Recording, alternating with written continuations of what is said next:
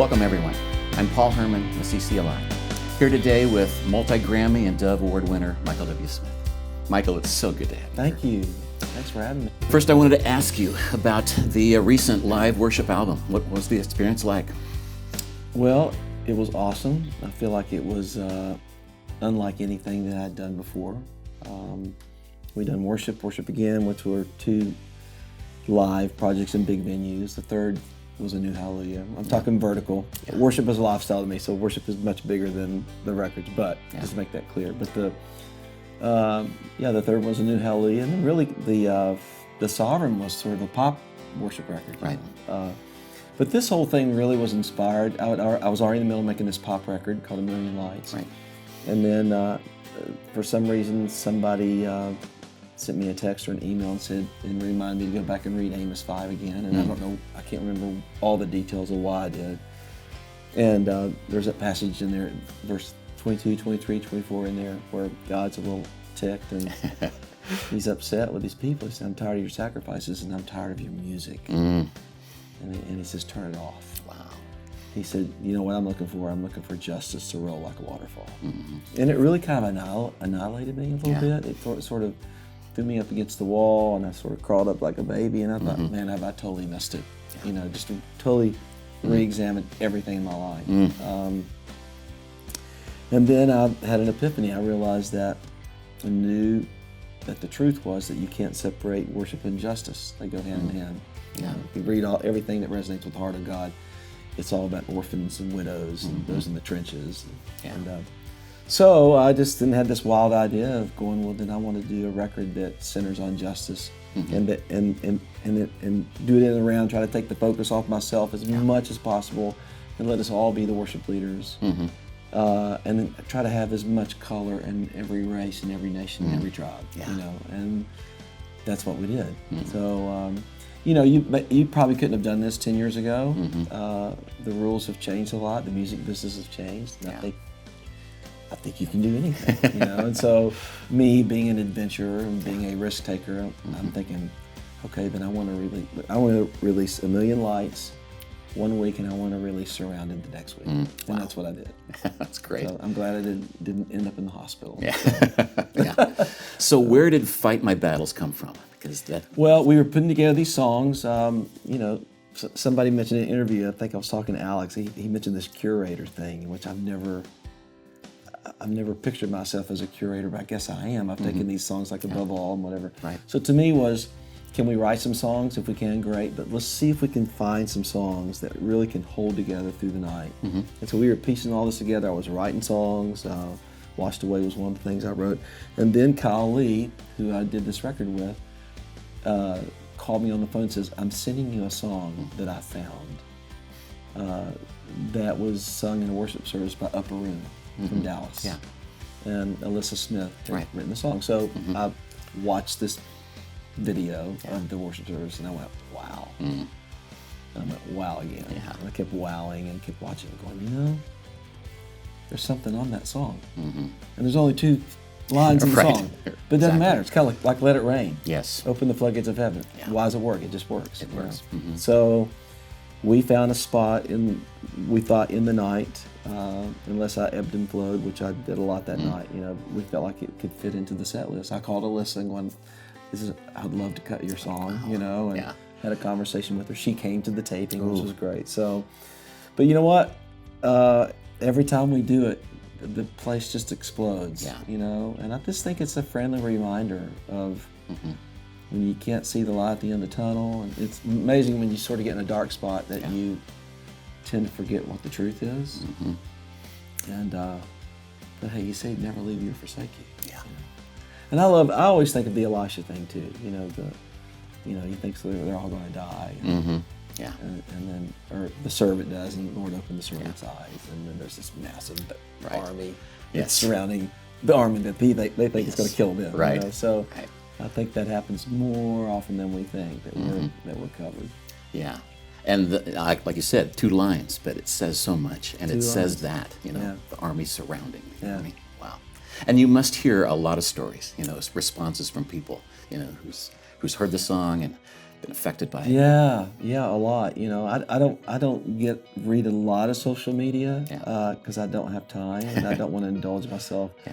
But I did go look and see what people were saying about Surrounded, especially like on YouTube, you know. And wow, just the perfect timing.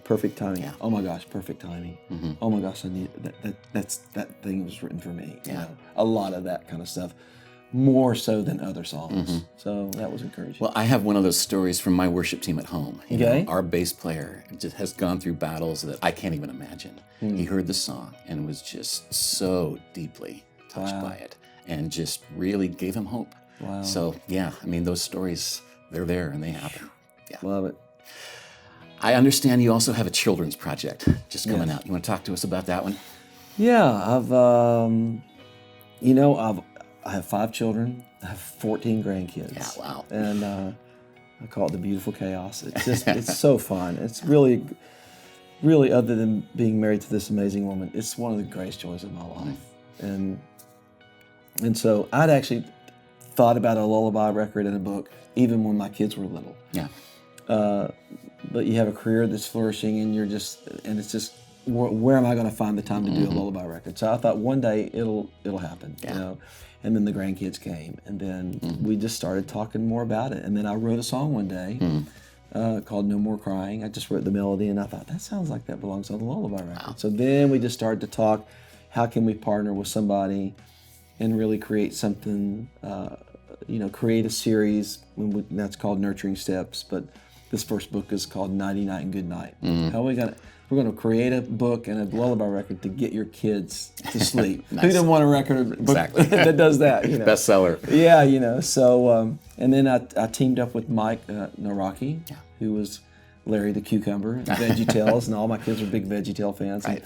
What a great guy. And so he really brought a lot to the table, especially the book and helping us create Eddie Bear and Sandy Lammy and Sleepy Puppy. These adorable little characters. And one of my granddaughters, Harper, plays the character Anna. Ooh, nice. You know, so it was just a lot of fun putting it together, and it's getting a lot of great response. And That's cool. We'll see what happens. Nice.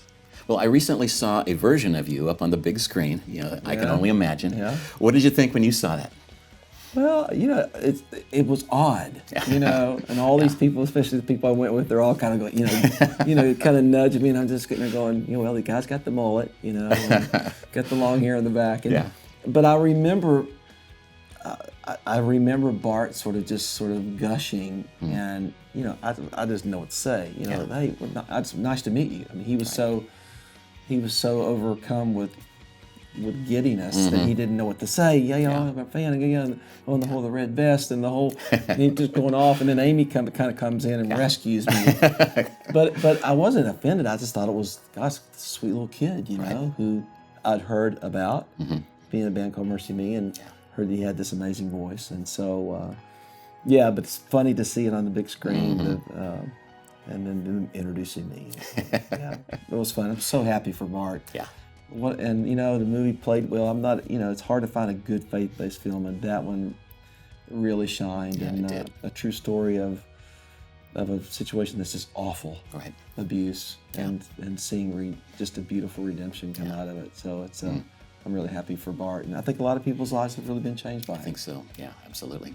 Any final thoughts at all for our worship leaders and worship teams out there in our CCLI churches? Oh gosh. Could write a book about that. Just keep it real, Just be authentic. I think the challenge is how to I think to be a good worship leader, I think you have to have it's obviously a calling, and